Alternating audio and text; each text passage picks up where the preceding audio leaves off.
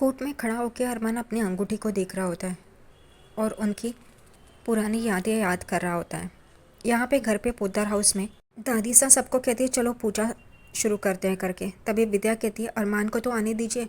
तभी दादी सा कहती है विद्या को, अरमान आज जब कोर्ट से आएगा तभी वो इस हालत में नहीं होगा कि वो कुछ भी कर सके, इसलिए हम पूजा शुरू करते हैं। और वो क्रिश को कहती है। क्रिश शंख उठाता है और वो बजाता है और पूजा आरंभ करते हैं। ये लोग सब लोग भगवान के सामने, देवी के सामने आके आरती कर रहे होते हैं, पूजा कर रहे होते हैं।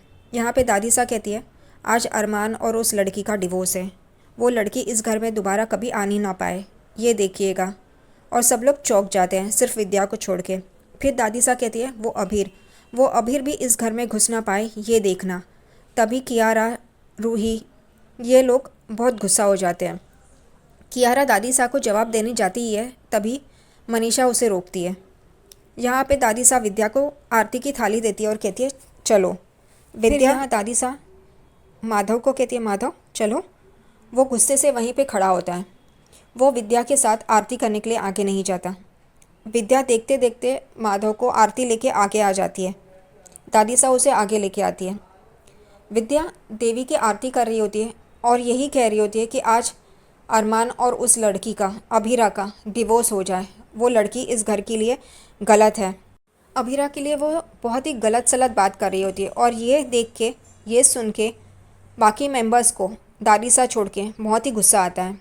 और ख़ास तौर पे माधव को। माधव विद्या से आरती की थाल लेता है और आगे बढ़ता है और उसको सब लोग ज्वाइन करते हैं, बाकी के फैमिली मेम्बर्स। और सिर्फ दादी सा और विद्या अलग से होते हैं खड़े। यहाँ पे माधव कहता है मुझे अपने दोनों बच्चों की, अरमान और अभीरा की फ़िक्र है, उन दोनों को कभी अलग होने मत देना। ये सुन के विद्या और दादी सा चौंक जाते हैं और उन्हें गुस्सा आता है और सब लोग माधव का साथ देते हैं। मनीषा, काजल, मनोज, आर्यन, रूही, कियारा और रोहित। अभीरा मंदिर में खड़ी होती है, तभी वो अपना मोबाइल देखती है। तभी उसे चारू के मैसेजेस दिखाई देते हैं कि भाभी आप कहाँ पे हो, जल्दी आइए, कोर्ट में सब आपका इंतज़ार कर रहे हैं।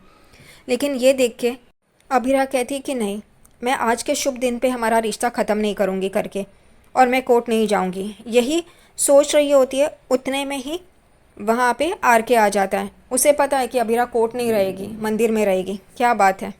यहाँ पे अरमान कोर्ट में बहुत गुस्सा हो जाता है क्योंकि अभीरा वहाँ पे आती नहीं है और ये लोग सिर्फ इंतज़ार कर रहे होते हैं। यहाँ पे फूफा सा संजय बंसल जज साहिबा को कहता है कि बहुत हो गया इंतज़ार, अब हम और इंतज़ार नहीं कर सकते। यहाँ पे चारू कहती है जज साहिबा और 2 मिनट। तभी जज साहिबा कहती है कि नहीं, आपके क्लाइंट को आना ही नहीं है, लगता है वो सीरियस नहीं है, अगले हफ्ते की डेट देती हूँ करके। और वो वहाँ से चली जाती है। यहाँ पे चारू अरमान भाई से बात करने जाती है, लेकिन अरमान उस पर गुस्सा हो जाता है और कहता है मुझे अबीरा की कोई भी बात सुननी नहीं है, मैं जा रहा हूँ करके। और वो वहाँ से चला जाता है। आज अभीरा का डिवोर्स केस है, लेकिन वो कोर्ट में नहीं मंदिर में है, ये आरके को बहुत अच्छी तरह से पता चल जाता है। और वो वहाँ पे आता है और उसे कहता है कि आप यहाँ पे हो, आपका केस क्या डिवोर्स हो गया? अरे नहीं, आप यहाँ पे हो यानी कि, लेकिन मजबूरी है मेरी, इसलिए मुझे आपके पास आना पड़ा, सॉरी। और वो नीचे बैठ के हाथ जोड़ता है। अभीरा को समझ में नहीं आता क्या हुआ करके। तभी आरके कहता है माँ दवाई नहीं ले रही है और वो अपने बहू से मिलना चाहती है, इसलिए मैं आपसे रिक्वेस्ट करने आया हूँ, प्लीज़ आप मेरे साथ चलेंगी। और वो हाथ जोड़ता है उसके। तो यहाँ पे अभीरा कहती है ऐसा मत कीजिए, चलिए मैं आती हूँ करके। और यही वो दोनों जा रहे होते हैं। ये देख के अरमान भी वहाँ पे कैसे पहुँच जाता है पता नहीं, लेकिन वो भी वहाँ पे पहुँच जाता है और इन दोनों को साथ में देखता है। और अरमान इन दोनों के रिश्ते के बारे में गलत सलत सोचने बैठ जाता है।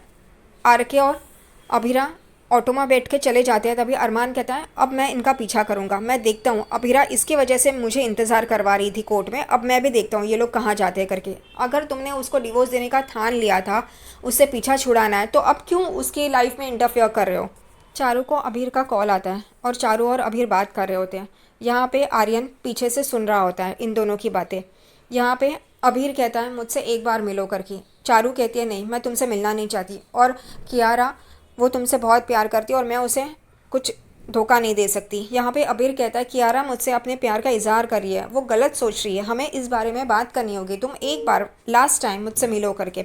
और वो उसे रिक्वेस्ट करता है। तभी चारू कहती है ठीक है, मैं ये आखिरी बार तुमसे बात कर रही हूँ और तुमसे मिलूंगी, इसके बाद मैं नहीं बात करूँगी और ना ही मिलूँगी। और ये सारी बातें आर्यन सुनता है और एकदम से आर्यन की नज़र दूसरी तरफ जाती है तो वहाँ से दादी सा आ रही होती है और वो कहता है अगर दादीसा ने इसे अबीर के साथ बात करते हुए देख लिया तो बड़ी मुश्किल हो जाएगी। इसलिए वो दादीसा के पास जाता है और दादीसा को रोकता है। दादीसा कहती है कि मुझे चारू से बात करनी है।